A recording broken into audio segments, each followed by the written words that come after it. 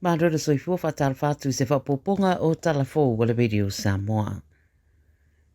E si diere se laua pano whainga ruenga i University of Wollongong, o le a ABC o na whetuna inga o le a whaia, e ei popolenga o le uni o tangata whainga ruenga, e uina wha amuta e ma le aveina o whaeronga i mata upepe o le tala whasaropito po le history, matematika, so e suenga o le si o manga ma porkala me taunga ngana.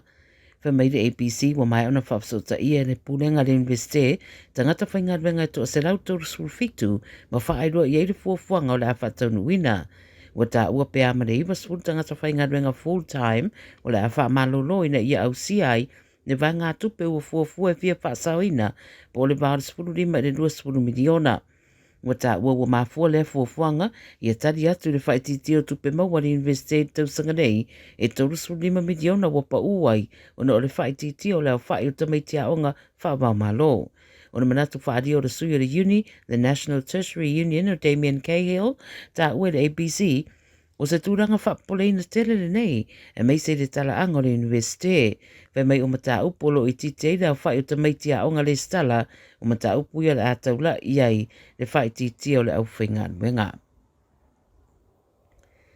E le ofia whailoina le suafo le tangata na fua ia le whasa furu wafe e whesoso niai i le toe au maia i Ausetalia o se ri ina whamanu ali ai Bali au iai sana tā paonga a awhia i se wila afi le vastaruai ma na sa i lia whesoso ani siona ainga wha atupe i le toe au maia i le atunu. O le itu lau ua whaia i lunga le social media i lona ainga, ta waile mana o mi o le fastfood wafe te tongi e le tautonga o le ua awhia, a toi ma le 5 se furu i le se lau wafe, e mana o mi e au mai le wa lele whaapitoa to e au mai i Ausetalia.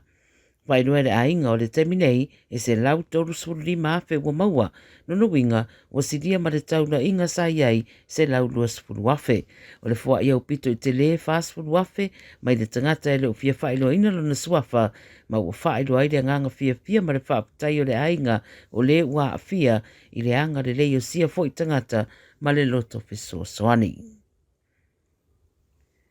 Walia ai li poti le vasa nei whaamtaranga whaapea sa whea le mauta o le palemene au Stadia i suenga o ni a mionga le whaamaoni po corruption.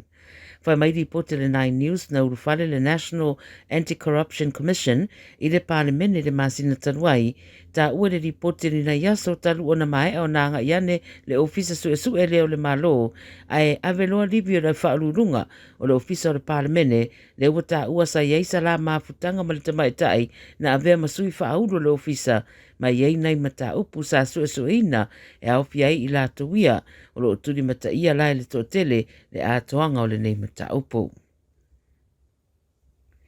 E to luata mai tai wa maririu, ma isi o lo o marinu ai le whaalablame tau taabale e Florio Peninsula i le awa uri na nafi le a aio Adelaide. O se loli ma isi taabale na la bebele tu i sautu Adelaide wa whaeloa o nei tamai tai sa iai na maririu sa na nofo le pito i tua i se tasi o taabale na maririu ona o manuanga. O le isi e whasru whatau sanga na mariu ai lawa le vanga na tupoe le whaalablame a o le isi na mariu munumuriane le whalamai. O lo ia isi o lo manu ati ngaina, whaeloe leo po le tela i titi la warsfuru rua i le awa uri na nafi, na tupoi le whaalablame, feto ai le lori ma taavale e tolu, ma le ave taavale lau le isi taavale le Ford, e whasru tolu tau sanga na ave fo i le whalamai e ti ngaina. O le isi pāsese le taavale leo se tamaititi se furu whātau sanga sa ave atu fo i le whalamai mo tong fitinga. O le ave loli e tolu su 5 tau sanga, tong fitia fo i le whalamai, ma ua moria i moria ngai lua, e tu sau lea whaalavelave a o whaawa waisu enga.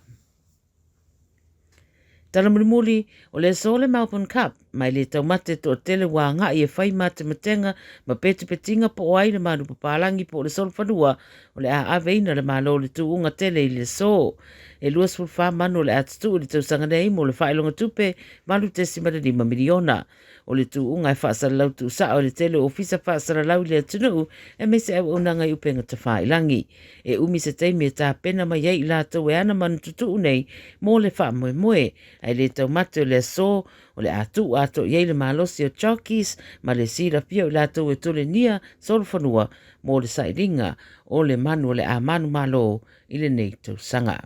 Pa ingola nao tala mai ala radio Samoa mai Ausetalia mo le nei fo yaso ia manuia tele ngā ruenga o whea matiu te o whea ngai malu tātou tunu.